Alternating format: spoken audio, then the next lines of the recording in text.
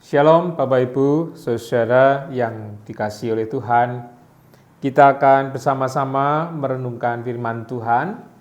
Tetapi mari kita terlebih dahulu memohon pertolongan Roh Kudus di dalam saat hening. Kita hening sejenak.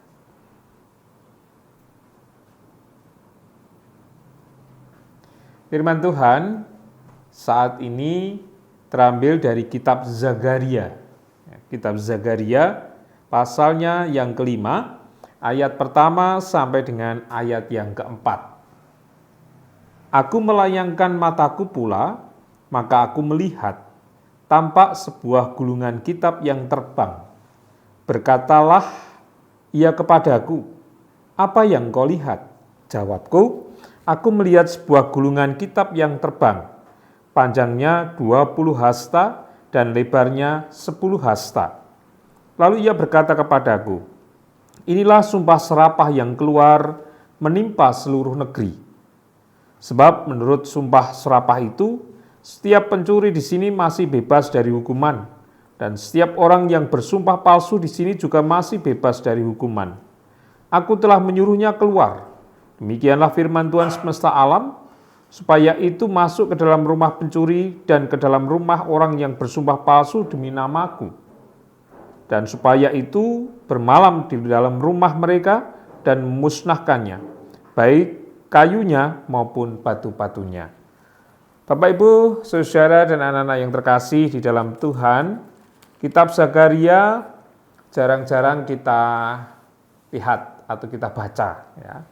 Di sana sejak pasal 1, Tuhan memberikan penglihatan-penglihatan kepada Zakaria. Dan seperti yang kita baca melalui ayat ini, kita sedang membaca penglihatan yang keenam, yaitu gulungan kitab yang terbang. Dan seperti yang disampaikan dalam ayat ini pula, gulungan ini berisi sumpah serapah yang keluar menimpa seluruh negeri. Kenapa? Karena Israel pada waktu itu membiarkan adanya pencurian, membiarkan adanya orang yang bersumpah palsu tanpa ada hukuman sama sekali. Padahal dua hal ini dilarang oleh Tuhan. Ya. Sesuai dengan hukum Taurat Tuhan kan. Tetapi yang terjadi pada saat zamannya Nabi Zakaria, sumpah serapah, pencurian, dan sumpah palsu itu dibiarkan sedemikian rupa sehingga merajalela dan mungkin dianggap biasa. Nah, oleh karena itu maka Tuhan mengingatkan Israel agar hal-hal yang tidak dikehendaki Tuhan ini mendapatkan hukuman. Diperingatkan dan mendapatkan hukuman. Tidak dibiarkan berlarut-larut, karena kalau dibiarkan itu jadi sebuah budaya. Sebuah kebiasaan yang kalau sudah jadi kebiasaan dianggap kebenaran. Bapak Ibu Saudara, hari-hari ini kalau melalui firman Tuhan, kita ingat firman Tuhan ini bisa jadi ingat kehidupan kita sebagai bangsa. Dua hal ini seringkali dilakukan di dalam kehidupan bangsa kita. Contoh, ya, masih adanya korupsi, masih adanya pemutarbalikan fakta, yang benar menjadi salah, yang salah menjadi benar. Nah, kalau itu terus dibiarkan, maka yang tadi saya sampaikan bisa menjadi kebiasaan, dan kalau kebiasaan itu terus dilakukan, terus dikatakan, yang terjadi kesalahan menjadi kebenaran. Nah, kalau sudah demikian tentu sangat-sangat merugikan kehidupan kita sebagai umat, sangat merugikan kehidupan kita sebagai bangsa.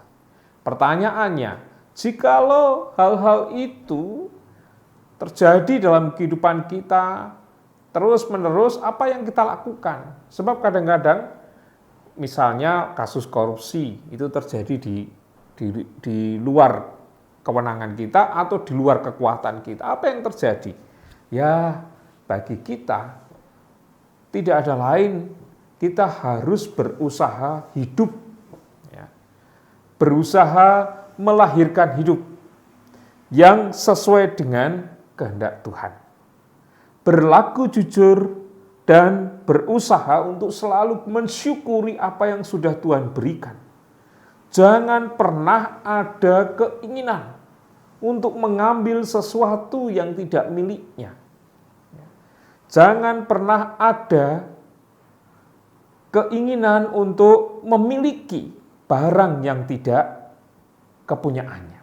Kalau itu dilakukan, lama-lama juga menjadi kebiasaan dan itu sangat berbahaya bagi kehidupan kita. Apalagi kalau itu terjadi di tengah keluarga kita. Sebagai orang tua, bagaimana kita bisa memberikan teladan bagi anak-anak kita?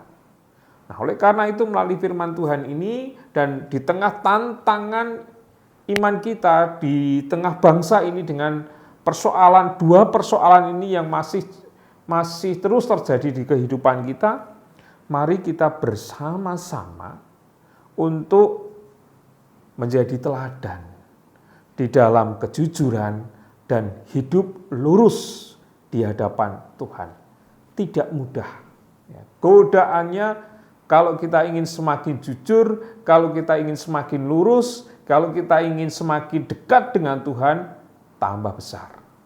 Godaannya akan semakin besar. Tetapi saudara-saudara yang terkasih di Tuhan Yesus Kristus, kalau godaannya besar di sini, kemudian kita mengalami atau melakukan, kemudian tergoda dan melakukan, apakah kita tidak ingat bahwa hukumannya jauh lebih besar dalam hidup kita?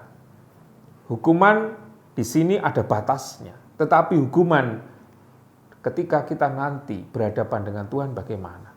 Itu yang harus kita pikirkan bersama. Tidak hanya memikirkan hukuman yang di sini, tetapi hukuman kekal yang selamanya akan kita jalani tanpa batas waktu.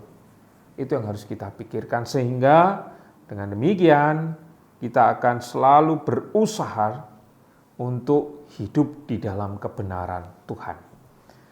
Tuhan memberkati. Amin.